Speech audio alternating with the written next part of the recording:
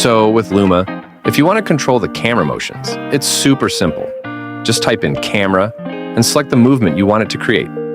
But quick heads up, there are a few limitations right now, and sometimes the results may not align perfectly with what you're asking for. No worries though, I'll guide you through those so you can better understand the features and take control of the outcome. And I'm pretty sure they'll improve those limitations soon. Let's talk about horizontal camera movements, things like moving or panning left or right. These work great for all kinds of shots, whether you're doing macro, close-up, mid, or wide. So, with Luma, moving the camera left or right actually works really well.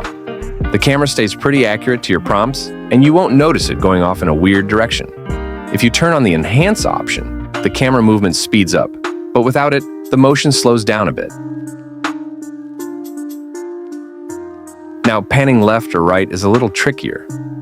When you use the Enhance option, it does reduce image distortion, but sometimes the camera starts going the opposite way of what you want. Without the Enhance option, panning tends to stay on track, but you might notice more distortion in the final video. Moving on to vertical camera movement, Luma usually aligns well with the defined motions, whether it's moving or craning up or down. This movement is often used for mid and wide shots. The motion is generally smooth, but it can blur when there are too many sharp details.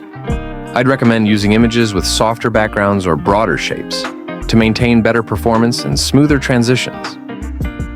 With dolly movements, including camera push-in or pull-out, we typically use camera push-in for mid and wide shots, while pull-out is more often used for close-up and mid shots.